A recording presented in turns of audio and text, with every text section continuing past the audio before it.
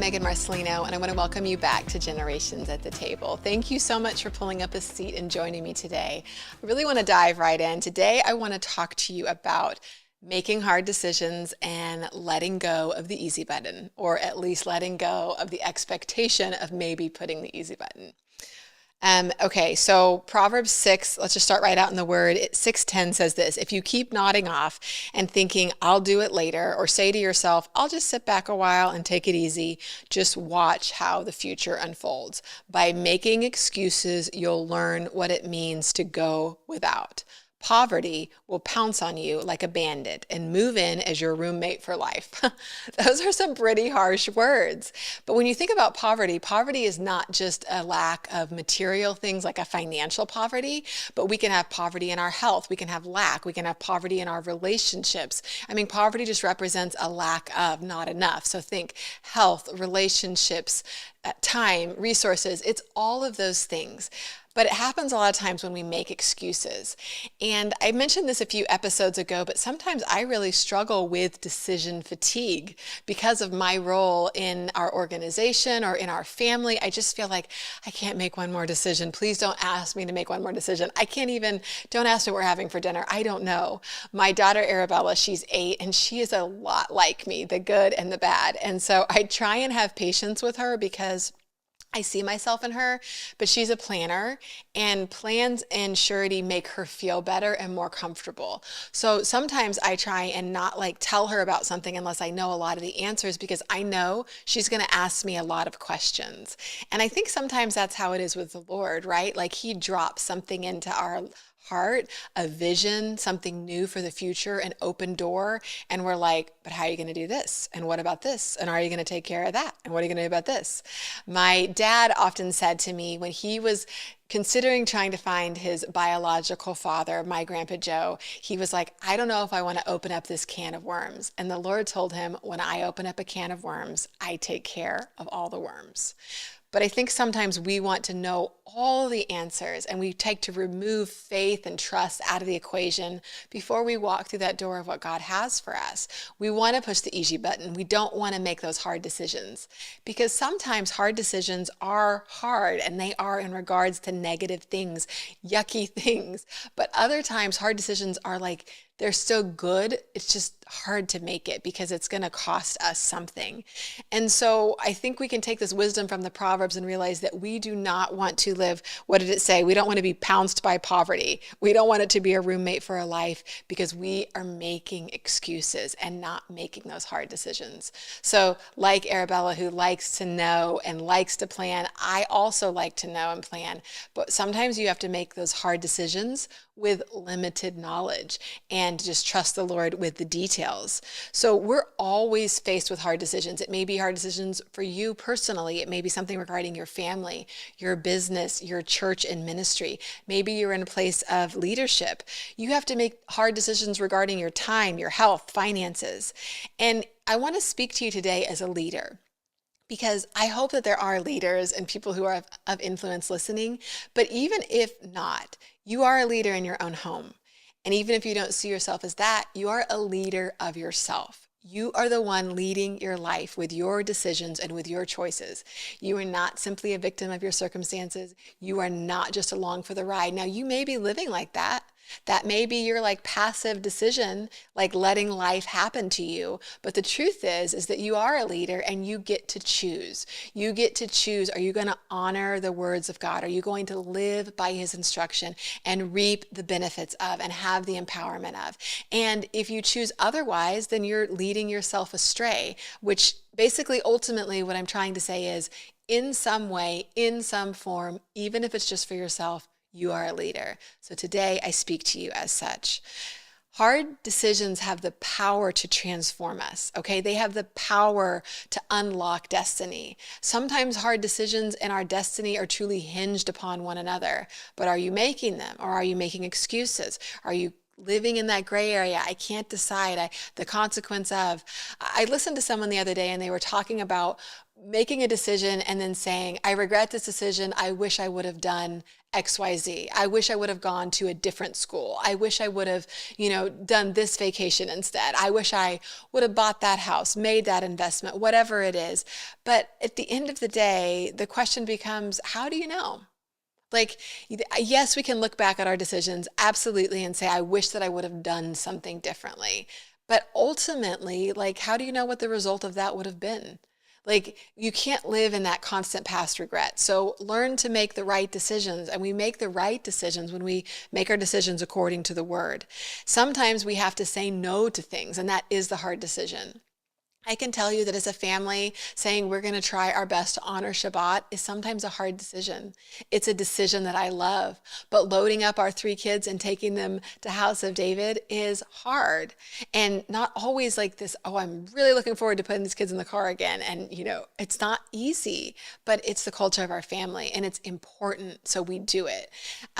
Making a choice to honor Shabbat and trying not to take on a bunch of outside activities, which means we've had to say no to sporting events, and sometimes we say no to social events. Sometimes it's hard and it goes against our desires of what we want. See, I think that's why we want to push the easy button, because the easy button is what our desires like lean towards. But what do you really want? Where do you want to be in the end? And sometimes where you want to be in the end is those hard decisions. It's that work ethic to get up and to do something. I don't know if you've ever heard of the workout, Insanity. My gosh, I do not recommend it, but Paul and I did it years ago. It was right before we had our first baby. And I mean, it's just like we pushed ourselves and we did it, and it was terrible, but it was a really good exercise in like the lesson of discipline and doing something when you don't want to do it. Because trust me, it was like, I think it was 6 days a week. I did not want to do it, but the achiever in me, like that I can do this, I'm going to be challenged by it, that it pushed me through. But I had to make those hard decisions to like get up and do it. And trust me, I have not stuck with anything like that since then. But my point is that what I wanted, the end result of accomplishing something, knowing that I can do it, outweighed the hard decision of putting on those workout clothes one more time, lacing up those shoes, and sweating in the living room. So when you think about hard decisions and that people have been faced, think about, like, I was thinking about historical figures, and someone that came to mind was President Abraham Lincoln when he had the Emancipation Proclamation. So what that was it was declared that the slaves were going to be free and that we were no longer going to be a country that had slaves. And so they had it was everybody held in like the Confederate held areas. They were opposed to this, and the northern states were opposed to this, and this represented economic challenges. Was it the right decision? Absolutely. Was it what his heart wanted? Absolutely. But it was still hard, and it was faced with opposing viewpoints, but he still had to make it, and he changed the course of our country in the midst of that. So much weighed in the balance. But he did the right thing. He made the hard decision. He did not push the easy button and say, I'm just going to wait for the next person who takes leadership to deal with this. No, he lived by righteousness and justice. And so Robert Kawasaki says this: remember, the easy road often becomes hard, and the hard road often becomes easy.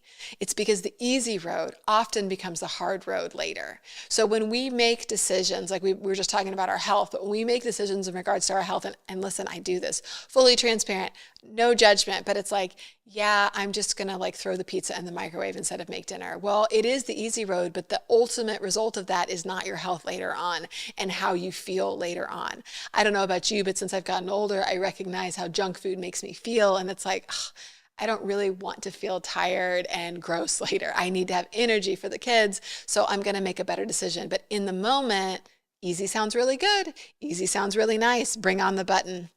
John Maxwell says this: the pessimist complains about the wind. The optimist expects it to change. The leader, and remember, you're the leader of your life, adjusts the sails. So easy often leads to regret, but we can choose to adjust the sails, and we can choose to direct our life towards where we want to go. And then there's like the perspective of we have over time. Sometimes what seems hard now, we're going to look back and say, actually, that was easier than I expected. Or we have grown and we have strengthened ourselves and strengthened our habits and patterns so we can look back and say, hey, that was hard to the me of 2024, but in 2026, that is no longer considered a challenge. It's just like a muscle. You exercise it and you can go from 5 pounds to 10 pounds to 15 pounds. Jim Rohn said the pain of discipline is far less than the pain of regret. And hard choices come from a place of discipline. They come from a place of choosing the long-term gain over the short term. I want that. I don't want this. And so I'm going to make those changes. In the last episode, we talked about being generation changers. Well, we are generation changers. We shift the dynamic of our family and our values by making those hard choices. Those are not made in those easy ways. I talked to you about my grandmother who grew up in poverty and grew out of that and became a woman who was a leader and an owner in business. She and my grandfather owned many businesses of which she led, but she made some hard choices to get there along the way. That was not something that was handed to her. That was a decision to break out and break free and to basically change the dynamic of the generations to follow. And there's tremendous consequence to avoiding hard decisions. That comes in like procrastination or living in the easy way and just like, I'm not. But we literally can wreak havoc on your life when decisions go unmade.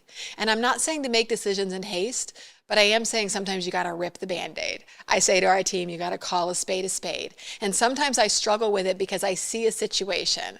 Like I'm walking through a situation right now and I said, I can see the end result, but I know we need to go through the process. But trust me, I just want to skip the process, get to the end result and move on because that's my nature as a person. That's not necessarily the right nature. And God is kind and he takes us through the process and he allows us to work through that. He doesn't rush us. But there is consequences for leaving decisions unmade, and ignoring a problem certainly doesn't make it going away. James 1:8 says this. It says, for being as he is, this is the amplified version, a man of two minds, hesitating, dubious, or irresolute, he is unstable, unreliable, and uncertain about everything. He thinks, he feels, he decides. Indecision can cost you time, can cost you money, it can cost you relationships. So do not live in the valley of indecision. When God gives you direction, walk it out. Delayed obedience, as Rabbi often says, is disobedience. And then realize that you're going to be empowered through making those hard decisions. I've sat there where I've been like literally feeling like those, I get like that tingly in your palms and you just feel like that anxiety in your chest, like your lungs are tightening. And it's like, I can't believe we're having to make this hard decision. And maybe it's even a good one. Maybe it's one you're excited about, but it's still really scary and it's really hard. But once we do it, once we make it, once we step out in faith and we see the faithfulness of God, it empowers us and it builds resilience and it births our faith for the next big thing. Because see, today, that leap you may be taking, it may be like in essence like a 5-foot jump, but the next one's going to be 10 and 15 and 20. And again, when you live with what you want in the future on your mind, those leaps better get incrementally better and bigger and more challenging. And you're going to change in the midst. I've mentioned it before, but that whole concept of going through a 90-year goal, even though I recognize that most of us are not going to be here in 90 years, it really challenges you to say, what do you want for this next decade? What do you want for this, for the 2030s, the 2040s, the 2050s? Where do you see yourself? When I did that, I was like, man, we better start making some of these hard decisions now or we're never going to get there. And I'm just going to be a victim of circumstance. So hard decisions, they strengthen your character. They position you not only for the next day, but the next season and the next opportunity. John Maxwell says, a leader is one who knows the way, goes the way, and shows the way. So when you are leading yourself, you need to get in the Word so that you know the way. Then you need to align your life to live in discipline and obedience so that you can go the way. And then you are subsequently going to show the way to others. Maybe you say, I'm not a leader, I'm not an influencer, but someone is watching you. Whether it's a coworker, whether it's a spouse, whether it's a parent, a friend, maybe it's your kids. Someone is observing you. And what does your life say? What is your brand? What is your message? How are you living it? Because you can say one thing, but you can live another. And that inconsistency truly creates like a confusing wedge. And so what you want to do is be consistent with what you say you want and your life choices. And so here's the thing.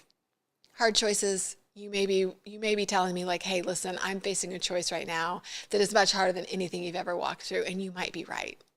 You may be 100% accurate. I have not been on that precipice with you. I am not standing there looking in that decision. You're right. But you and I, we serve the same God who is faithful. And what he has brought me through faithfully, he can bring you through faithfully. Even if your situation is much more dire, even if you're standing at a precipice that is deep, you're like, oh, you said 5, 10, 15 feet. This is 100 feet. Okay. But God is able. And that's what I want to encourage you to do today, is to get to know the God who is able, so that he can walk you through those hard decisions, and that you do not press the easy button, and you do not press the easy way out, and that you do not remain in a place of indecision, but that you choose that destiny. You know, you say that you want your kingdom destiny unlocked. That's good. That's great. But are you willing to make the choices? Are you willing to embrace the identity? Are you willing to take on the habits and the patterns that it takes to get there? I believe that you are. Thank you so much for joining me today. I can't wait to see you again next week.